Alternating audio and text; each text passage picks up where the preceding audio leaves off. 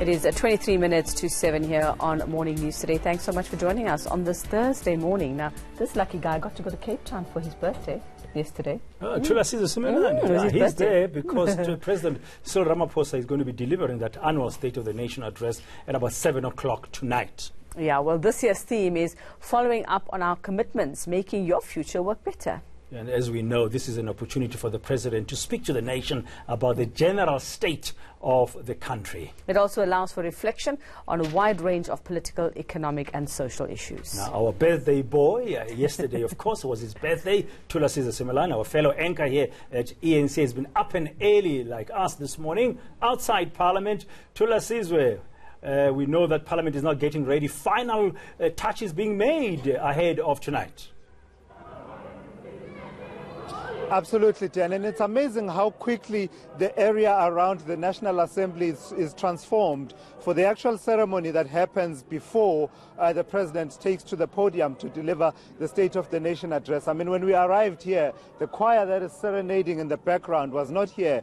We are still some 12 hours away from the start of the event, but they're already warming up and, you know, they've already started singing. In fact, I think their role is really around 4 p.m. thereabouts. So doing their final rehearsals, the red carpet being rolled out in the National Assembly and the flags being attached and getting ready for that ceremony that does start in the afternoon around 4 p.m. So let's get a quick preview, political preview. The ANC's Jackson Mthembu joins me now to talk about what their expectations are. Mr. Mthembu, thank you so much for joining us. So the President last year said, I want to be there when the people start to turn things around on corruption, the economy, people getting jobs, investment flowing through in South Africa, reflecting a year on of President Ramaphosa's presidency.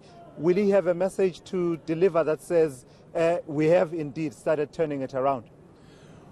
Well, you know that people are being arrested for corruption. Yes, we are. You know that he has sent an investment envoy throughout the world, and already we have 20 billion in the kitty. Of course, we want, through the mouth of the President, we want to raise over 100 billion over 5 years. Dollars, not rands. So yes, we are getting investment in the country. Of course, we are also creating the necessary jobs, but there is still a long way to go. Because as you will know, our unemployment figures are standing at over 27%. We still need to do more. Right. We still need to do more to grow the economy. And we believe the President will be speaking more on those issues. How much detail can he go into, though, given that we are going to an election and, you know, we're going to do this all over again once the elections have come and gone? And also, I guess what I'm asking you is how much of the ANC manifesto do you expect him to infuse in his speech tonight? I already started picking up that he has started sort of infusing that when he was speaking at the mining indaba, the whole idea of making sure that workers get shares in the companies they work for. That's straight from your manifesto. Can we expect more of that this evening? Of course. Why would a leader of a political party that intends to come back with a bigger majority here in Parliament not concentrate also in his major speech on the election manifesto, because we have got elections in the next few months. So it will be unthinkable that the President will not borrow massively from the manifesto. The manifesto, of course, speaks on jobs, speaks on infrastructure, speaks on ownership of the economy of the country, including bringing worker ownership of this economy. So you are quite correct. We are confident. Of course, it speaks of land as well, that we cannot have the indigenous people of our country staying outside of the land ownership. So we believe that he'll speak on that. He will also speak. The manifesto speaks on our SOEs.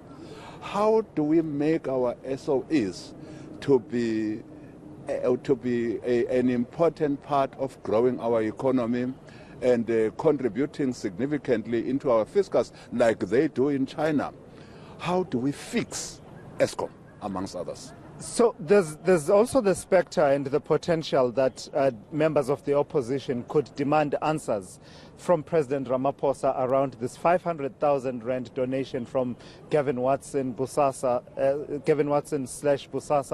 either for money that was legitimately paid to his son, according to his one version, or money that was paid into his campaign that he knew nothing about. Surely you must share the concerns that the opposition has about this money coming from this individual, this company that we've heard so much about in the last few weeks.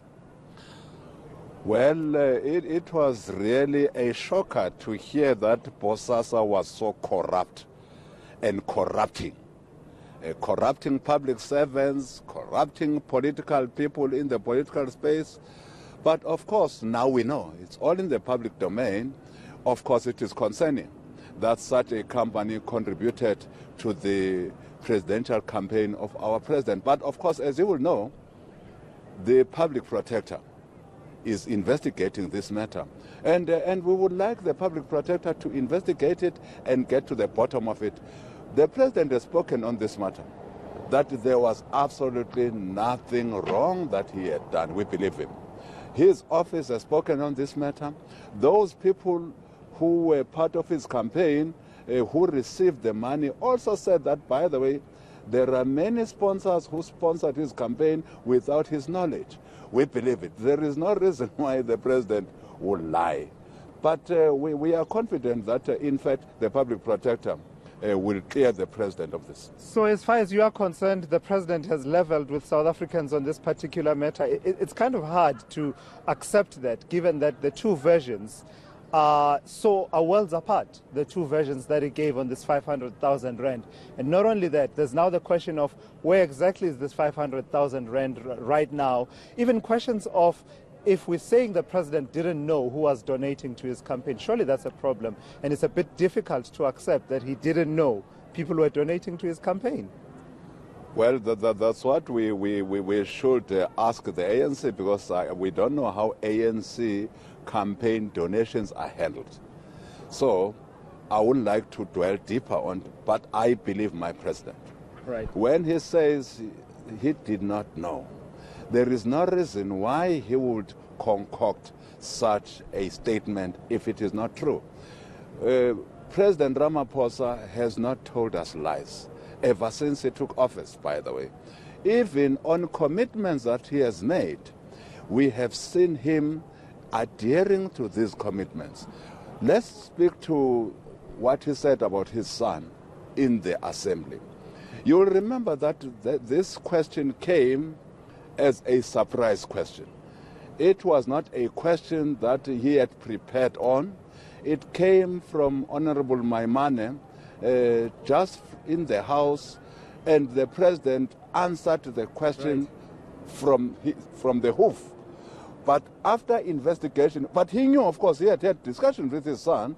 He knew that his son was doing business outside of South Africa with Bosasa. Right. So armed with that information, he answered the question, only to find that the actual amount that was being talked about is not the amount that has gone to his son, but gone to his campaign. Mr. Mthembu, thank you so much for coming through. I really appreciate your time. We are out of time. Jackson Mthembu is the chief whip of the ANC, a man who said to me last year, amid all the drama that led to the resignation of former President Jacob Zuma and the installation of President Cyril Ramaphosa, that he would hold President Ramaphosa accountable because they've made the mistake previously of not holding a president accountable. And today he says he believes President Ramaphosa has played open cards with South Africans on this particular issue of Bosasa and the 500,000 rand.